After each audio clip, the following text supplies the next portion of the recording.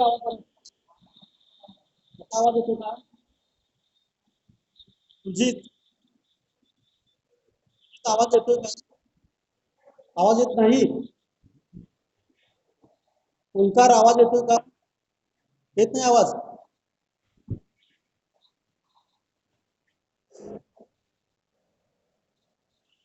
आता येत नाही आवाज.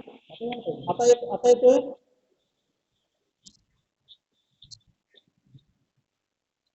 हा, आता येतोय. आता बघा बरं. आता बघा.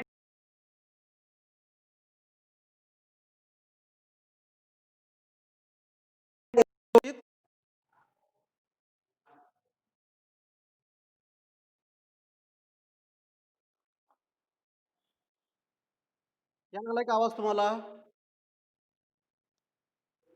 ओके ओके, ठीक आहे. आपण भाषेच्या उत्पत्तीच्या विविध उपपत्ती किंवा भाषेच्या उत्पत्तीचे विविध सिद्धांत आपण बघतोय. बरोबर. या सिद्धांतांपैकी एकूण सिद्धांत आहेत 10.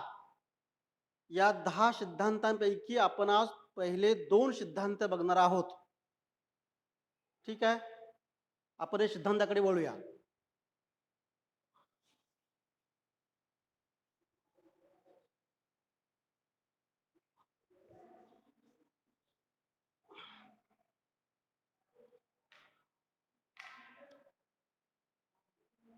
त्यापैकी पहिला सिद्धांत आहे सिद्धांत नंबर 1.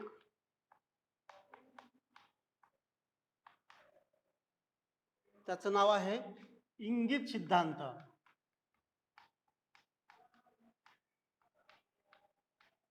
इंगित.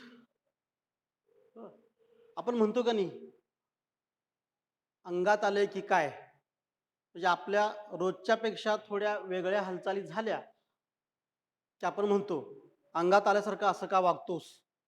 बरोबर. याचा अर्थ असा आहे की इंगित म्हणजे शारीरिक हालचाली, शारीरिक हावभाव. बरोबर. ज्याला आपण GESTRUL गेस्ट्रल थेरी, ज्याला आपण गेस्ट्रल थेरी असं म्हणतो. आणि ही थेरी मांडले, कुणी मांडले आहे तर पॉलिशियन भाषाशास्त्रज्ञ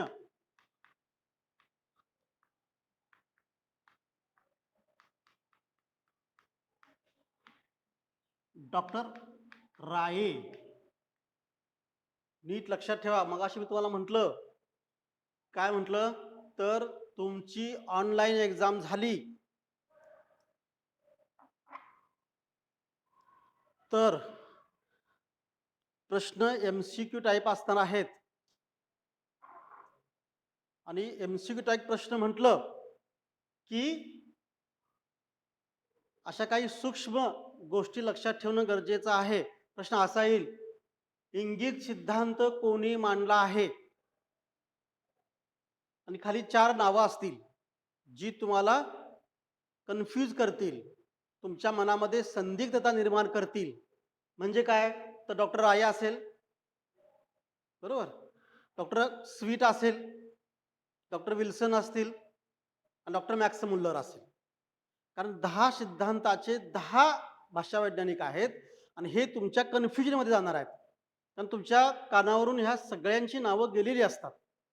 पण हाच सिद्धांत कोणी मांडला आहे हे आपल्याला अत्यंत काळजीपूर्वक तुम्हाला बघावं लागेल. अत्यंत काळजीपूर्वक.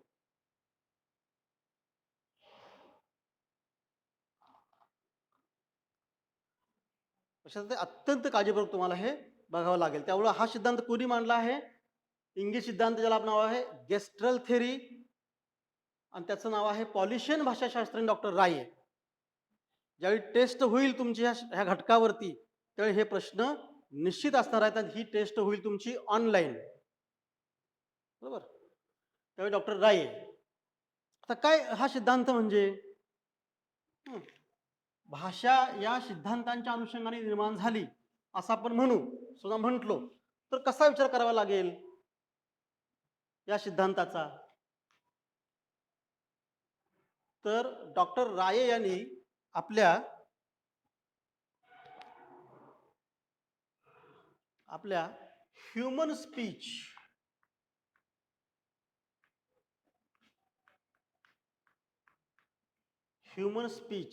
या ग्रंथामध्ये हे सगळं मांडलेलं आहे. ह्युमन स्पीच, बरोबर. तर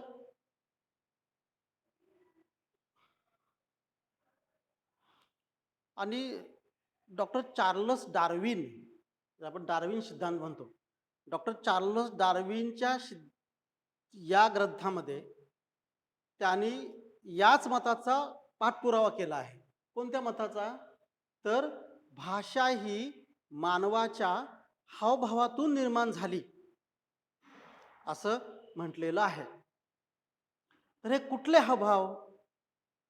तर भाषा निर्मितीचे साधारणतः 4 टप्पे ह्याच्यामध्ये त्यांनी सांगितलेले आहेत. बघा कसं लक्षात ठेवायचं?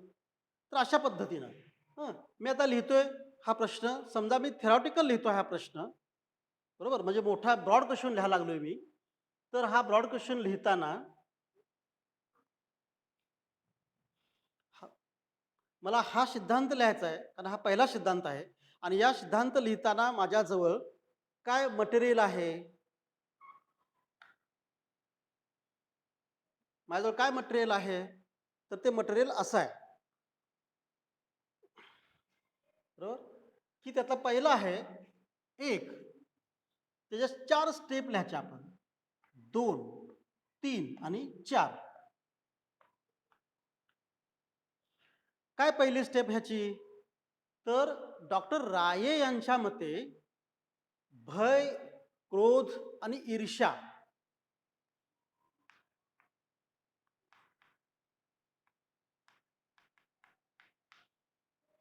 भय, क्रोध आणि ईर्ष्या यासारख्या भावना व्यक्त करण्यासाठी मानवाच्या मुखातून काही ध्वनी उत्पन्न झाले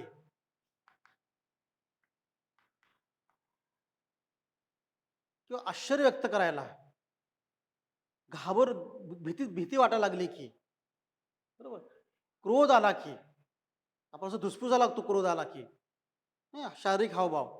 तर भय, क्रोध, ईर्ष्या यातून मानवाच्या मुखातून काही ध्वनी बाहेर पडले आणि या ध्वनीच्या माध्यमातून भाषा उत्पन्न झाली, असं एक टप्पा या इंगित सिद्धांताचा तुम्हाला पाहायला मिळेल.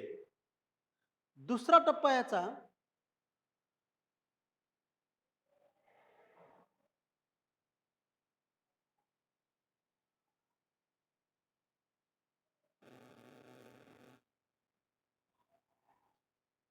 दुसरा टप्पा, ज्यावेळी हा माणूस घाबरला किंवा त्याला राग आला, तर त्या रागाच्या पोटी मुखातून निघणाऱ्या ध्वनींच्या बरोबर, म्हणजे हे त्याचे मनोविकार आहेत. थोडक्यात ध्वनी मनोविकार म्हणजे मनोवस्था.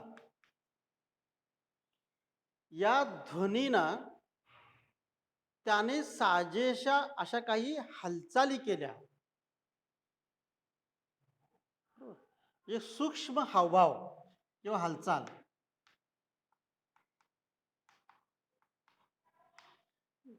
समजा मला राग आला आहे, राग आला की मी काय करतो, असं मूठ टेबलावरती आपटतो किंवा दान दान दान पाय आपटत जातो.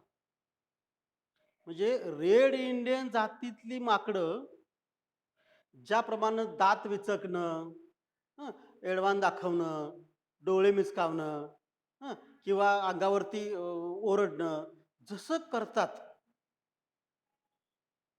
तसाच पूर्वीचा रानटी माणूस त्याच्या ह्या मनोविकाराच्या पोटी त्याने काही ध्वनी मुखातून बाहेर काढले. या ध्वनीना काही कायिक हालचाली दिल्या. कायिक हालचाली म्हणजे शारीरिक हालचाली दिल्या त्यानं, शारीरिक हालचाली, बरोबर. त्याने काही शारीरिक हालचाली दिल्या. हे दुसरा मुद्दा ह्यातला शारीरिक हालचाल. तिसरा, त्या सूक्ष्म हालचालींना धरून किंवा अनुसरून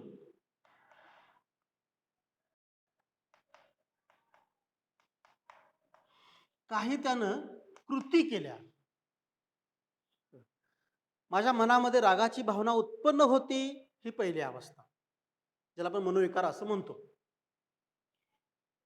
त्या मनोविकाराला काही ध्वनींची साथ देणं किंवा ध्वनींच्या मध्ये व्यक्त करणं, ही त्याची पहिली अवस्था. दुसरी, जसा ध्वनी आहे त्याला काही कायिक हालचाली करणं, ही त्याची दुसरी अवस्था. आता या कायिक हालचालीच्या माध्यमातून प्रत्यक्ष कृती करणं,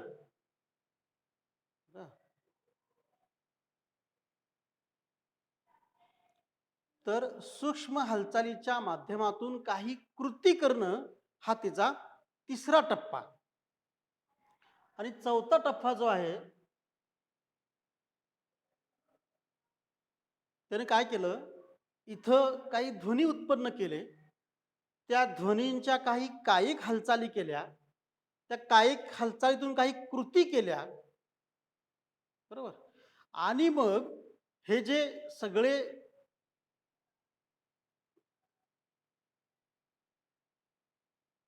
त्यानं चौथ्या टप्प्यात या कृतीला शब्दांची जोड दिली.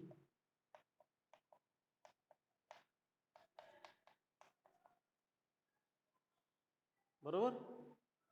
म्हणजे तुम्ही हे तुमच्या साईटला जर कागद पेन असेल त्याच्यावर तर लिहून ठेवा, अत्यंत महत्वाचं आहे. पुस्तक वाचायची काही गरज नाही आहे, फार काय त्याचं अनेक ग्रंथांच्या मध्ये बघायची काय गरज नाही. साधी सरळ गोष्ट आहे. मी आता भाषा उत्पत्तीचा पहिला सिद्धांत लिहायला लागलोय, ज्याचं नाव आहे इंगित सिद्धांत. या इंगित सिद्धांतामध्ये मला ठराविकपणे 4 गोष्टी लक्षात ठेवायच्या आहेत.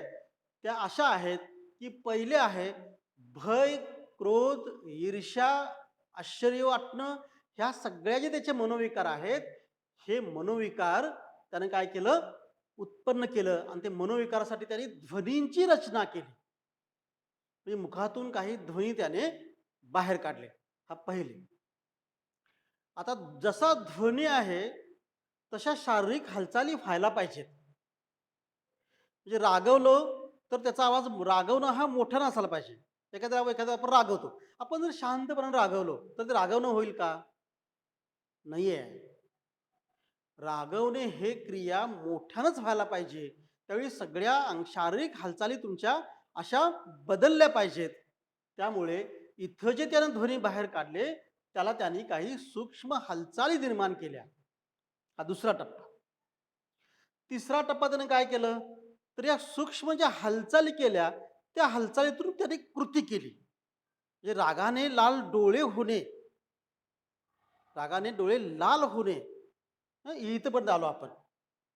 तर त्या त्या अवस्थेमध्ये आपल्या हातून एखादी कृती घडणं. राग आलाय, आपण काहीतरी एखाद्याला मारतो किंवा त्याच्या अंगावर जातो, किंवा त्याला ओरडतो किंवा आणि काहीतरी बोलतो, हे त्याने काय केलं, त्याची कृती केली. आणि मग मनात उत्पन्न झालेले मनोविकार, त्यानंतर त्या मनोविकाराच्या सूक्ष्म हालचाली, म्हणजे कायिक हालचाली, शारीरिक हालचाली, त्या शारीरिक हालचालीतून होणारी कृती, या तिन्ही टप्प्याला काय केलं, त्यानं शब्दरचना केली. हा त्याचा चौथा टप्पा आहे. आणि डॉक्टर राय यांच्यामध्ये जस्टल थेरीमध्ये किंवा चार्ल्स डार्विनच्या ह्युमन स्पीच या ग्रंथाचं समर्थन करण्यासाठी म्हणून डॉक्टर राय यांनी जशी रेड इंडियन जातीची माकडं डोळे विचकावून, दात होट खाऊन, अंगावर येऊन, अंगावर धावून जशा आपल्या भावना व्यक्त करतात, तशा पद्धतीच्या भावना रानटी माणसानं प्रारंभी व्यक्त केल्या. आणि त्या भावनांच्या अनुषंगाने तर त्या भावना व्यक्त करताना साधारणतः 3 टप्पे त्याचे निर्माण झाले आणि 3 टप्प्यांना त्यानं 4थ्या टप्प्यामध्ये जी शब्दांची जोड दिली आणि या शब्दांच्या माध्यमातून मग भाषेची निर्मिती झाली, असं डॉक्टर राये यांनी या सिद्धांतानं सिद्ध केलं आहे. अशा ते 4 गोष्टी नेमक्या लक्षात ठेवा. नुसते एवढे पॉईंट तरी तुम्ही लिहून घेतलेत, कारण तुम्हाला 15 मार्कासाठी कमीत कमी 8 ते 9 सिद्धांत लिहायचे आहेत आणि प्रत्येक सिद्धांत 5 ते 7 ओळींच्या मध्ये एवढंच लिहायचं आहे. त्यामुळे भय, क्रोध, ईर्ष्या हे मानवाचे मनोविकार आहेत. त्याच्या मनात उत्पन्न झालेले विकार आहेत. त्या विकाराला त्यानं काय केलं, ध्वनींची जोड दिली. हा त्याचा पहिला टप्पा. जे ध्वनीची जोड दिली त्या ध्वनीला अनुसरून त्यानं काही कायिक हालचाली केल्या, शारीरिक हालचाली केल्या. हा त्याचा दुसरा टप्पा. त्यानं ज्या कायिक हालचाली केल्या त्या कायिक हालचालीला त्यानं काय केलं, कृतीची जोड दिली. हा तिसरा टप्पा. आणि या 3 टप्प्याला मिळून त्यानं शेवटचं काय केलं, तर हे सगळं व्यक्त करायला त्यानं शब्दांची जोड दिली आणि शब्दांची जोड दिल्यामुळे माणूस भाषा बोलू लागला. अशा पद्धतीनं भाषेची निर्मिती झाली, असं डॉक्टर रे यांनी या सिद्धांताच्या आधारे मांडलेलं आहे. आणि हे त्यानं चार्लस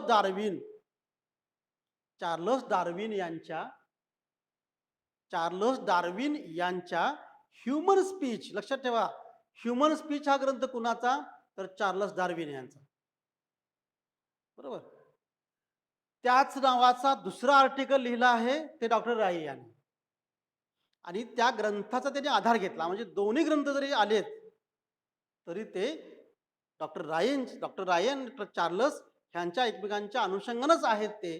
त्यामुळे त्या आर्टिकलमध्ये त्यांनी असं मानलं गेलं आहे की अशा पद्धतीनं 4 टप्प्यामध्ये भाषेची निर्मिती झाली. ठीक आहे. आता प्रत्येक सिद्धांताला आक्षेप आहे, त्याच्यावरती आरोप आहे, किंवा हे जर आपण असंच म्हटलं, ठीक आहे, आक्षेप काही नाही, याप्रमाणे भाषा निर्माण झाली आपण असं म्हटलं, तर तसं होत नाही. मग असं होईल की भाषा अशीच तयार झाली असं म्हणावं लागेल. हे बाकी सिद्धांत मग तिथं अपुरे पडतील. आपण सुरुवातीला म्हणतोय हे 10 सिद्धांत मिळून, ह्यातले 9 सिद्धांत मिळून आणि ह्या 3 संकल्पना, ईश्वर निर्मित, राजनिर्मित आणि समाज निर्मित, हे 9 सिद्धांत, शेवटचा सिद्धांत तो समन्वय सिद्धांत आहे. म्हणजे 9 सिद्धांताच्या आधारे भाषा निर्माण झाली असं भाषाशास्त्रज्ञ स्वीट याने मांडलेलं आहे. म्हणजे ते 9 सिद्धांत आणि ह्या 3 संकल्पना या सर्वांच्या माध्यमातून भाषा निर्माण झाली असं आपल्याला सिद्ध करायचं आहे. त्यामुळं एवढं एकच म्हणून आपण ग बसलो, याचे अक्षर जर लिहिले नाहीत तर असं होईल की त्यांच्या मते भाषा अशीच निर्माण झालेली आहे. ह्याचा आक्षेप काय आता, जर असं असेल की भाषा अशी निर्माण झाली असेल, बरोबर, तर फक्त शब्दांचीच भाषा आहे का, फक्त शब्द,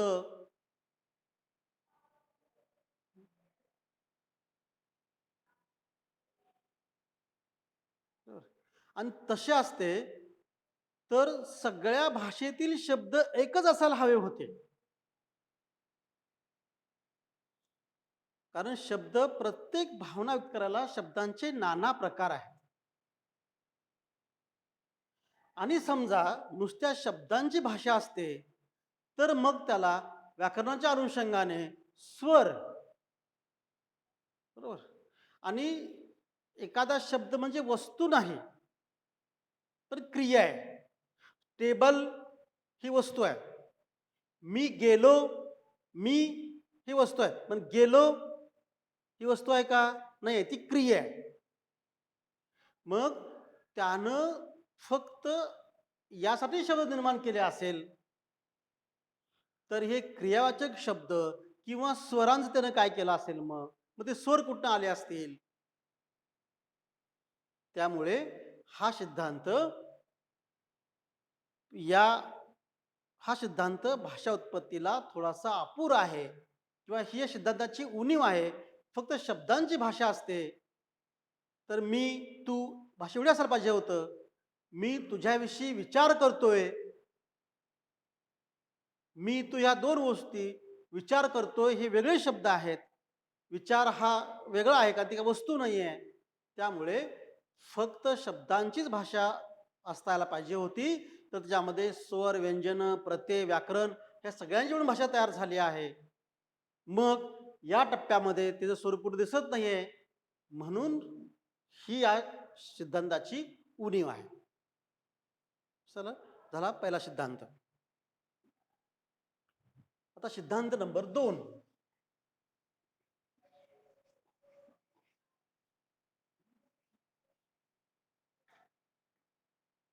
सिद्धांत नंबर 2, त्याचं नाव आहे अनुकरण सिद्धांत.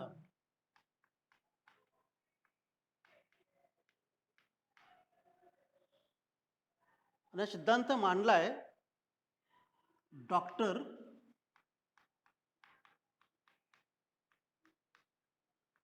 गायगर. म्हणजे असं तोंड पाठच करून ठेवायचं का नुसते एका बाजूला सिद्धांत लिहायचे, त्याचे भाषाशास्त्राने लिहायचे. म्हणजे अनुकरण सिद्धांत, इंगित सिद्धांत डॉक्टर राय. झोपे देखील आठवलं पाहिजे आपल्याला. इंगित सिद्धांत डॉक्टर राय, अनुकरण सिद्धांत डॉक्टर गायगर. ठीक आहे. तर दुसरा सिद्धांत आहे अनुकरण सिद्धांत.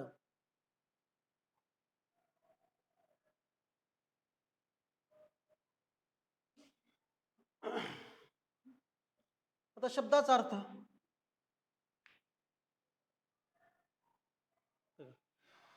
मानवाचा विकास हाच मुळात अनुकरणातून झालेला आहे. बरोबर. मनुष्य हा अनुकरण प्रिय प्राणी आहे. मनुष्य हा भाषिक प्राणी आहे. मनुष्य हा बोलणारा प्राणी आहे. मनुष्य हा विचार, भावना व्यक्त करणारा प्राणी आहे. सगळ्यात महत्वाचं तर माणूस हा अनुकरण प्रिय प्राणी आहे आणि तो त्याचा स्वभाव आहे. अनुकरण हा मानवाचा अनन्यसाधारण असा स्वभाव आहे. कारण तो आपल्या आसपासच्या सगळ्या गोष्टींचं अनुकरण करून स्वतःचा विकास करून घेत असतो. त्याला स्वतःच्या विकासासाठी ज्या ज्या ज्या आसपासच्या गोष्टी आवडतात त्या गोष्टी तो करत असतो. आणि हे सर्व प्राणीमात्रांचे मानव प्राणीमात्रामध्ये हे फार शक्य आहे. कारण एखाद्या बॉलिवूडच्या नायिकेनं एखादा वेगळा ड्रेस परिधान केला तर तशा पद्धतीचे ड्रेस परिधान करण्याची पद्धत आपल्याकडे सुरू होते. त्या ड्रेसला नाव पण तसंच येतं. एखाद्या आपल्या आवडत्या नायकानं जसं केलं आहे, तो जसा वागतो आहे तशा पद्धतीनं वागण्याचा आपण प्रयत्न करतो. त्यामुळे लहानपणापासूनच मानव हा अनुकरण प्रिय प्राणी आहे. त्यानं आपल्या आसपासच्या सर्व गोष्टींचं अनुकरण केलेलं आहे आणि तो अनुकरण करतो. बरोबर. आता कसं, तर त्याच्या आसपास असंख्य प्राणी आहेत, जे कावळा, चिमणी, कुत्रा, गाय, मांजर, अशा प्राण्यांच्या ध्वनींचं त्यानं अनुकरण केलं. पावसाचा झिमझिम आवाज, सोसाट्याचा वारा, सुळकण जाणे किंवा मुळमुळ रडणे, ह्या सगळ्या क्रियावाचक शब्द हे सगळे आले. या सगळ्या प्राण्यांच्या किंवा निसर्गातल्या सगळ्या ध्वनींचं त्यानं अनुकरण केलं.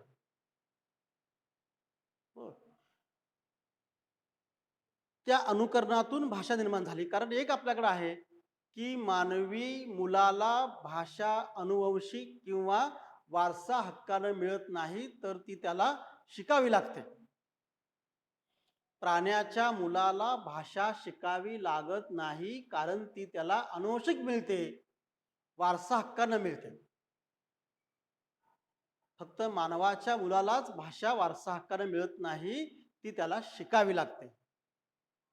म्हणून मी काल म्हटलं होतं, एखाद्या निरक्षर आई वडिलांच्या पोटी जन्मलेला बाळ जर एखाद्या उच्च शिक्षित किंवा इंग्रजी बोलणाऱ्या कुटुंबामध्ये जर ते राहिलं, तर ते आपल्या आईवडिलांची भाषा विसरून जाईल, ते बोलणार नाही.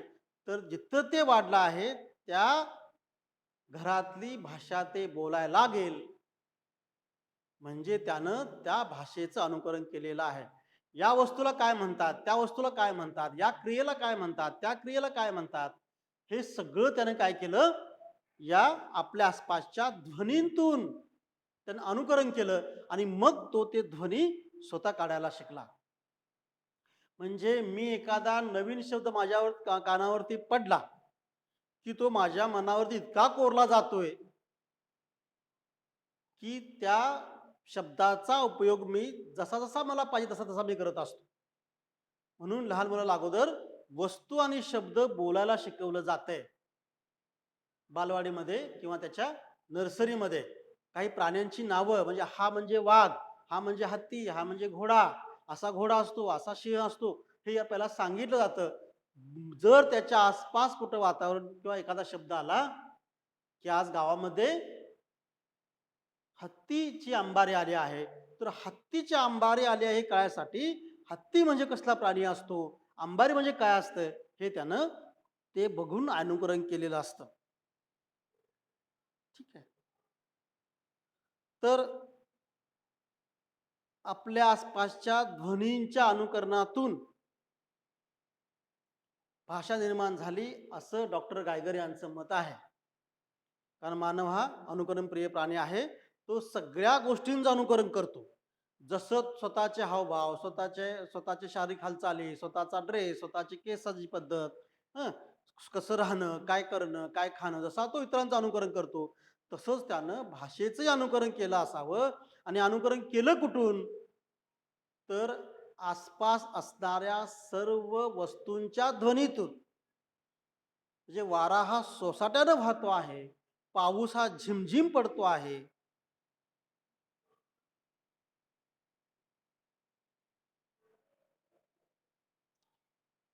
पाऊस हा झिमझिम पडतो आहे, मुळमुळू रडायचं किंवा बोंबलणे, ओरडणे, रडणे, हे जे सगळे शब्द आले, ते सगळे शब्द अनुकरणातून आले आहेत. हंबरणे, टरकणे, धडकणे, हे सगळे असं म्हटलं आहे. आता दुसरं असं की ह्या डॉक्टर गायगरांनी जे म्हटलंय, ह्याला त्यांनी काय आधार काय घेतला, तर अत्यंत महत्वाचा आधार आहे तो यास्काचार्य,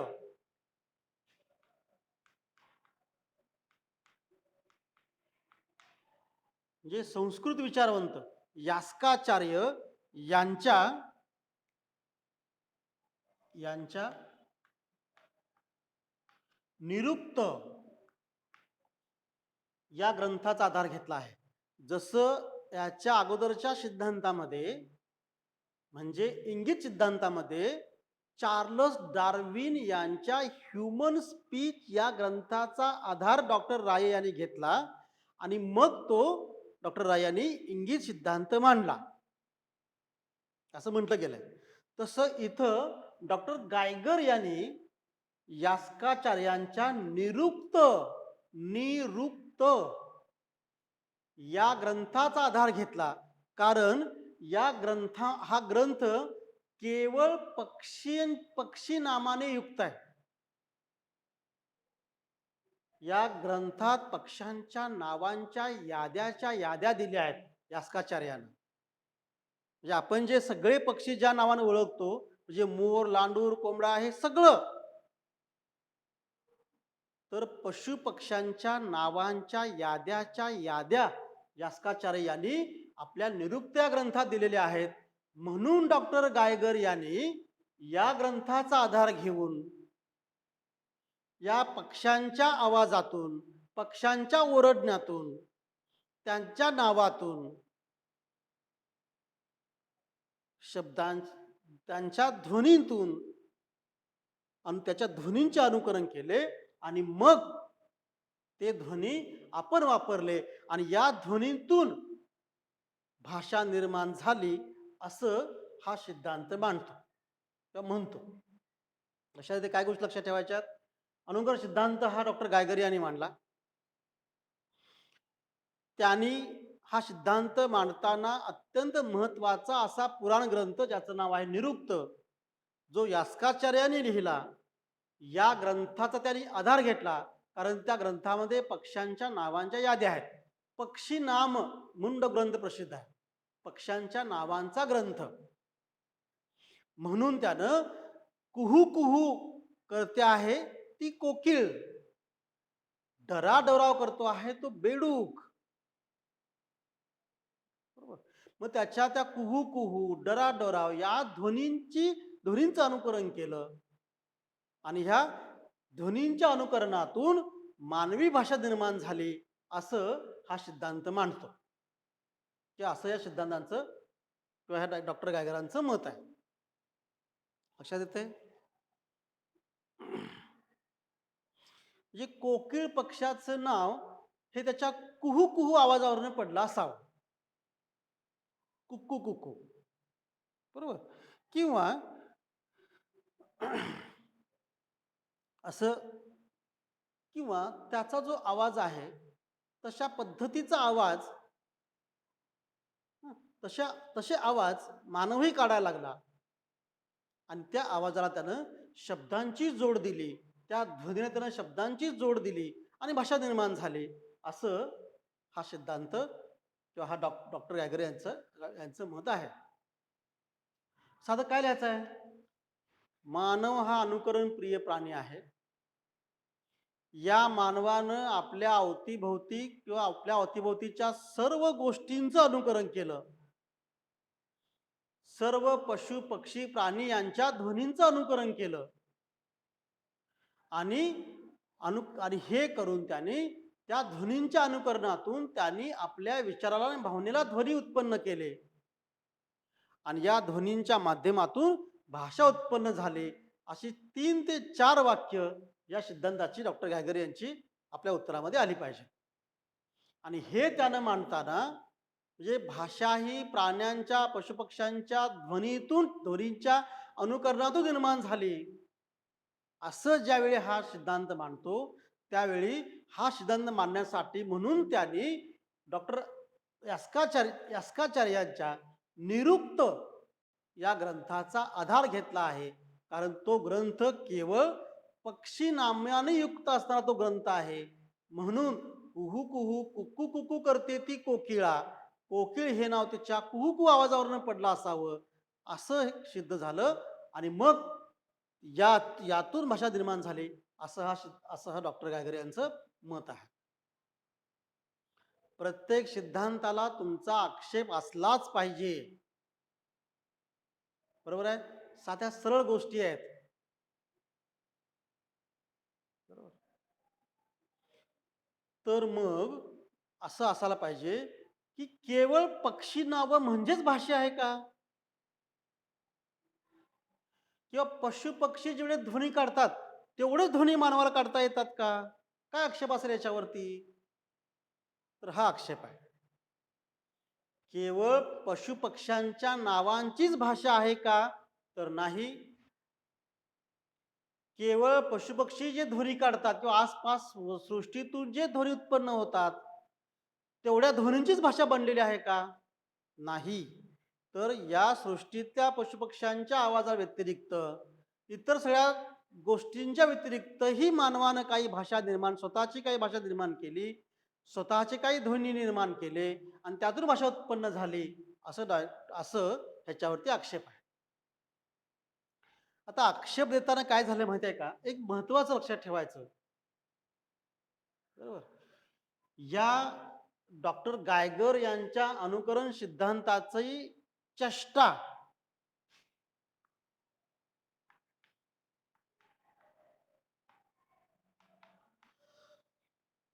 भाषाशास्त्रज्ञ मॅक्स मुल्लर, भाषा पंडित ज्याला म्हणतो आपण, किंवा संस्कृत पंडित, संस्कृत जाणकार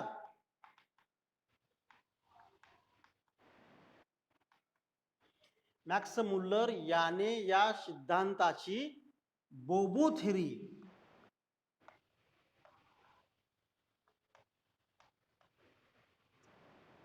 अशी चेष्टा किंवा थट्टा केली आहे. तयार झाले ऑब्जेक्टिव्ह एकाच एकाच याच्यामध्ये. पहिला प्रश्न, अनुकरण सिद्धांत कोणी मांडला? प्रश्न क्रमांक 1, काय ऑब्जेक्टिव्ह प्रश्न येऊ शकतात? आपण त्या मुद्द्याच्या पलीकडचा अभ्यास करायचा. म्हणजे मग कसाही प्रश्न ऑब्जेक्टिव्ह आला तरी काय हरकत नाहीये. बरोबर? मी काय म्हणतोय, इंगित सिद्धांत कोणी मांडला? तर डॉक्टर राय. डॉक्टर राये यांनी इंगित सिद्धांताची रचना करताना कोणत्या ग्रंथाचा आधार घेतला? तर ह्युमन स्पीच. डॉक्टर राये यांनी आपल्या सिद्धांत मांडताना ह्युमन स्पीच या ग्रंथाचा आधार घेतला. तर तो ह्युमन स्पीच ग्रंथ कुणाचा? Charles Darwin. चार्लस डार्विन त्यांचा ह्युमन स्पीच, डॉक्टर राये आणि मग इंगित सिद्धांत, जवळजवळ 4 प्रश्न एका सिद्धांतावरती तयार झाले. आणि आम्ही हेच करत असतोय. विद्यार्थ्यांना 4-5 ओळींचा सिद्धांत व्यवस्थित बघितलाय का? कारण ऑब्जेक्टिव्ह परीक्षा ही सगळ्यात अवघड परीक्षा असते, कारण तुमचा सूक्ष्म वाचन तिथं आवश्यक आहे. त्यामुळे ते इतकं गांभीर्याने घ्यायचं. दुसरा सिद्धांत आपण बघतोय, अनुकरण सिद्धांत हा कोणी मांडला आहे? अनुकरण सिद्धांत कोणी मांडला? Doctor Geiger. प्रश्न क्रमांक 1 झाला तयार. दुसरा, याच उपघटकाचा दुसरा प्रश्न, डॉक्टर गायगर यांनी आपल्या सिद्धांतांची रचना कोणाच्या ग्रंथाच्या आधारे केलेली आहे? यास्काचार्य. तिसरा प्रश्न, यास्काचार्य यांच्या कोणत्या ग्रंथात पक्षी नामांचा संदर्भ आला आहे? निरुक्त. निरुक्त हा ग्रंथ कोणाचा? पक्षी नामांची यादी असलेला निरुक्त हा ग्रंथ कोणी लिहिला? यास्काचार्य. बघा किती प्रश्न ऑब्जेक्टिव्ह तयार होतात.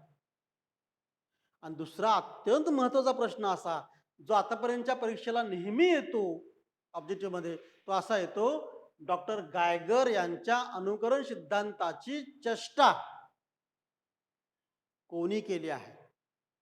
त्यांचं नाव आहे संस्कृत भाषा तज्ञ, संस्कृत भाषा Pandit max Muller. Max Muller हा ब्रिटिश किंवा इंग्रजी भाषाशास्त्रज्ञ आहे, पण त्याचा संस्कृतचा अभ्यास जास्त होता, गाढा अभ्यासक होता संस्कृतचा तो. त्याला संस्कृत भाषा पुरेपूर अवगत होती, तो संस्कृत पंडित होता. त्या संस्कृत पंडितानं डॉक्टर गायगर यांच्या अनुकरण सिद्धांताची बोबो थेरी या नावानं चेष्टा केली आहे.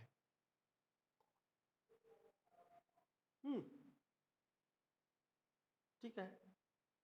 आता हे 3 झालं. आता ह्याच्यावरती आक्षेप, म्हणजे आसपासच्या वस्तूंच्या किंवा पशुपक्ष्यांच्या ध्वनीतून भाषा निर्माण झाली असं जर आपण म्हटलो, तर केवळ ध्वनींचीच त्या पशुपक्ष्यांच्या आवाजांचीच भाषा असायला पाहिजे होती. तसं होत नाही. बरोबर? उदाहरण काय झालंय, आपण त्यामध्ये 2 उदाहरणं घेणार आहोत. ती उदाहरणं अशी आहेत. त्यातलं पहिलं उदाहरण, उदाहरण नंबर 1, नीट लक्षात ठेवा. ह्याच्यावरती आक्षेप काय, तर उदाहरण म्हणजेच आक्षेप. त्याच्यावर आक्षेप आहे किंवा ह्याचा तो उणीव आहे. आक्षेपांच्या उणीव. हा सिद्धांत मराठी भाषा उत्पत्ती अशी झाली असं पुरेपूर म्हणू शकत नाही. प्रत्येक सिद्धांताच्या काही उणीव आहेत. तर ती उणीव कोणती या सिद्धांताची? तर ती उणीव अशी आहे, समजा कोकिळ पक्षाच्या आवाजावरून, कोकिळ पक्षी त्याचा आवाज आहे तो कुहू कुहू किंवा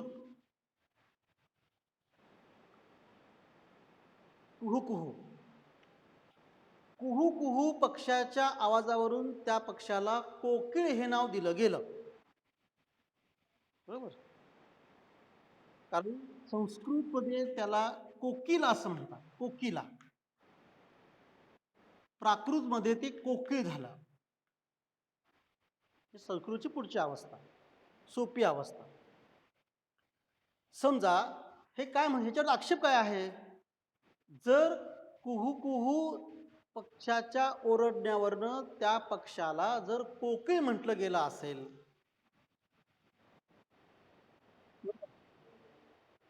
तर अशी शब्दांची एक यादी तयार होते.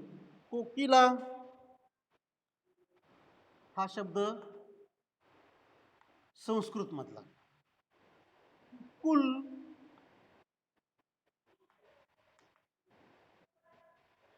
हा शब्द ग्रीक मधला, कुकुलस हा शब्द लॅटिन मधला. मी मागच्या लेक्चरला तुम्हाला सांगितलं होतं, 1866ला भाषाशास्त्राचा अभ्यास करायला परवानगी नव्हती.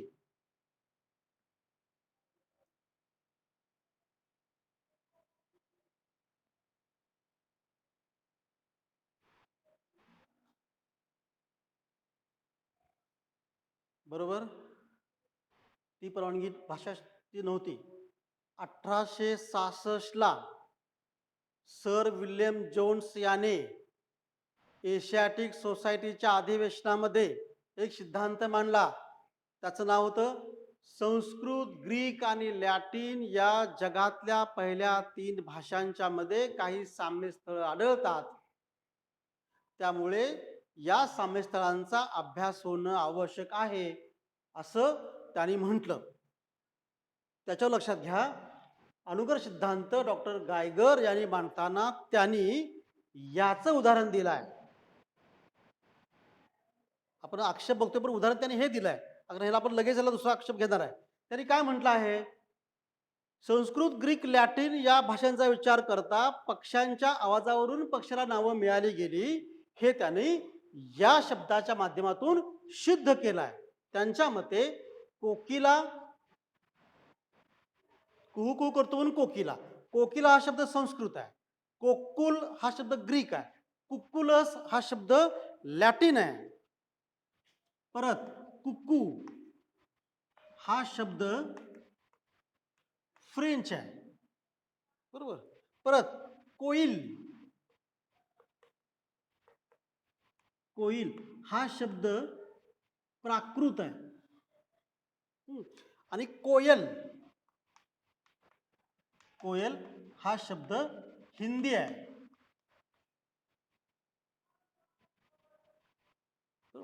आणि मग शेवटचं कोगिले, कोगिले हा शब्द कन्नड आहे.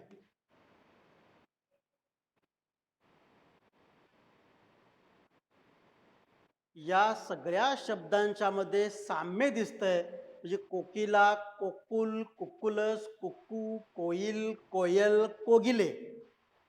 किती भाषा झाल्या? संस्कृत, ग्रीक, लॅटिन, फ्रेंच, प्राकृत, हिंदी, कन्नड.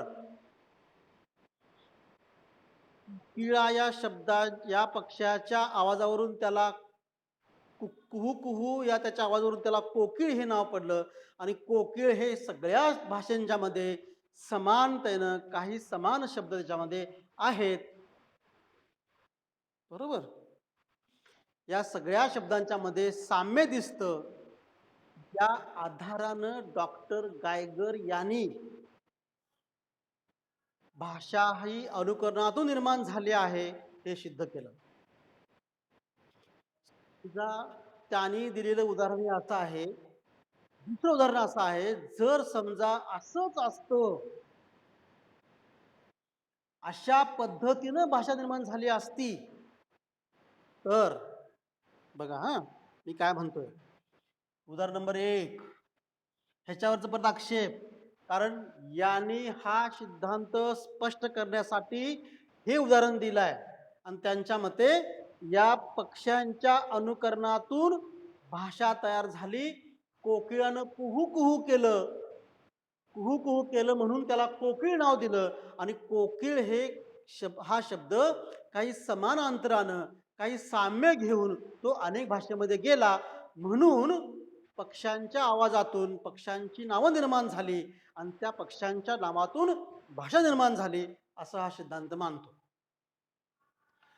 जर खरंच असं असतं तर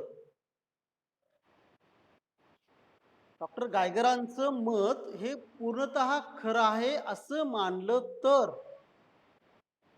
मॅक्स मुल्लर काय म्हणतो मग? ती सोपं आहे.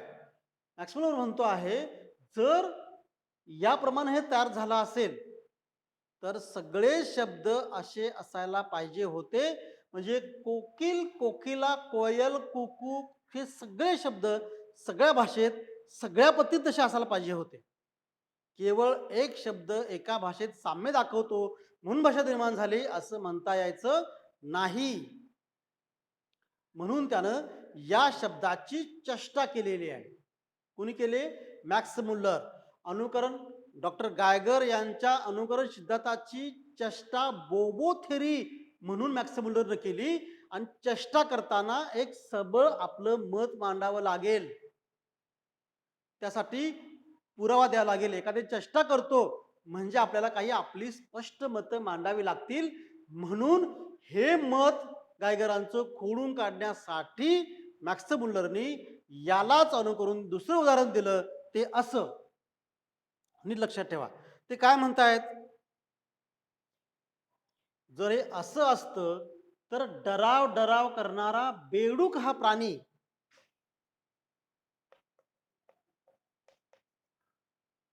डराव करणारा बेडूक हा प्राणी, बरोबर, बेडूक हे कशामध्ये आहे? मराठीमध्ये, बरोबर. मेंढक किंवा असं आपण म्हणूया, हे उलट घेऊया. मराठीत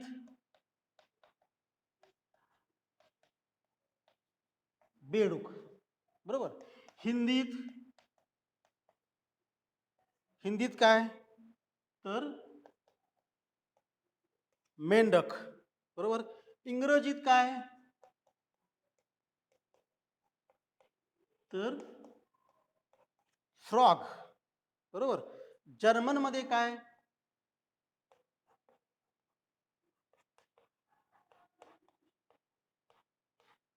फ्रॉश, बरोबर.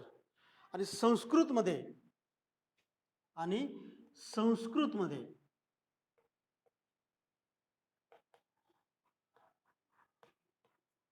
दरदूर. बघा, जर हे असं असतं, या कुहू कुहू करतो म्हणून कोकिळ, आणि कोकिळ हा काही साम्यता घेऊन तो अनेक भाषेमध्ये जातो, जसं कोकिला वगैरे वगैरे, तसं जर भाषा निर्माण झाली असती तर डराडराव करणारा बेडूक हा प्राणी मराठीमध्ये बेडूक, हिंदीत मेंढक, इंग्रजीत फ्रॉश, जर्मनमध्ये इंग्रजीत फ्रॉग, जर्मनमध्ये फ्रॉश आणि संस्कृतमध्ये दरदूर अशा शाब्दिक उड्या का मारतो?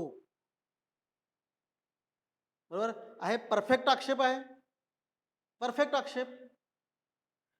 जर गायगरांच्या मते एकच कुकू करणारा कोकिळ पक्षी, कोकिळ हे नाव धारण करून तो अनेक भाषेत जाताना तशा साम्य शब्द घेऊन जातो, म्हणून भाषा ही प्राण्यांच्या ध्वनीतून त्यांच्या नावातून तयार झाली, असं गायगरांचं मत आहे.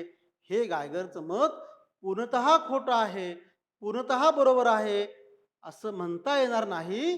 कारण जर असतं तर डराव करणारा बेडूक हा प्राणी मराठीमध्ये बेडूक, हिंदीत मेंढक, इंग्रजीत फ्रॉग, जर्मनमध्ये फ्रॉश, संस्कृतमध्ये दरदूर अशा शाब्दिक उड्या मग का मारतो? म्हणजे हे जसं कोकुल, कोकिल, कुकुल, कुकू, कोयल, कोईल, कोगिले या शब्दांच्या मध्ये जसं साम्य आहे, तसं याही शब्दांच्या मध्ये साम्य पाहिजे होतं. बेडूक आणि मेंढक आणि फ्रॉश आणि फ्रॉग आणि दरदूर ह्यांच्यामध्ये कोणतंही शाब्दिक साम्य नाही. ही या सिद्धांताची कमतरता आहे. ही या सिद्धांताची उणीव आहे. लक्षात येते विद्यार्थी मित्रांनो? कदाचित हा व्हिडिओ जर रेकॉर्ड लावलेला आहे, तर तुम्हाला हा व्हिडिओ यूट्यूबवरती परत पाहता येईल आणि परत पाहायचा असेल तर तुम्ही तो वहीत लिहून घेतला तरी चालेल. परत ऐकून परत पाहून हा घेतला तर तुमच्या नोट्स कंप्लीट झाला. ठीक आहे. आज आपण 2 सिद्धांत बघितले. त्याला पहिला सिद्धांत इंगित सिद्धांत, जस्ट्रल थेरी, तो मांडला आहे डॉक्टर राये यांनी तो सिद्धांत मांडताना चार्लस डार्विन यांच्या ह्युमन स्पीच या ग्रंथाचा आधार घेतला आहे. या ग्रंथाच्या अनुषंगाने या ग्रंथातल्या आशयाप्रमाणे भाषा ही 4 टप्प्यात निर्माण झाली असं डॉक्टर राये म्हणतात. त्यातला पहिला टप्पा भय, ईर्ष्या, क्रोध हे त्याचे जे मनोविकार आहेत, हे मनोविकार त्यानं व्यक्त करण्यासाठी म्हणून मुखातून काही ध्वनी उत्पन्न केले, हा पहिला टप्पा. हे ध्वनी व्यक्त करण्यासाठी म्हणून त्यानं काही कायिक हालचाली केल्या, शारीरिक हालचाली केल्या, हा त्याचा दुसरा टप्पा. शारीरिक हालचाली करताना त्यानं त्यातून काही कृती केली, शारीरिक हालचाल अनुसरून काही कृती झाली, हा तिसरा टप्पा. आणि मनोविकार, कायिक हालचाली आणि कृती या सर्वांना त्यानं शब्दांची जोड दिली, हा त्याचा चौथा टप्पा. या 4ही टप्प्यातून भाषा तयार झाली असं डॉक्टर राय यांचं मत आहे. हे आपण पहिल्या सिद्धांतामध्ये पाहिलं.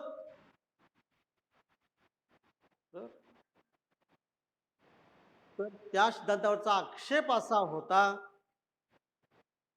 की जर असं असेल तर भय, क्रोध, ईर्ष्या व्यक्त करणारीच भाषा तयार झाली असती, बाकीचे भावना व्यक्त करायला शब्द कुठून आले?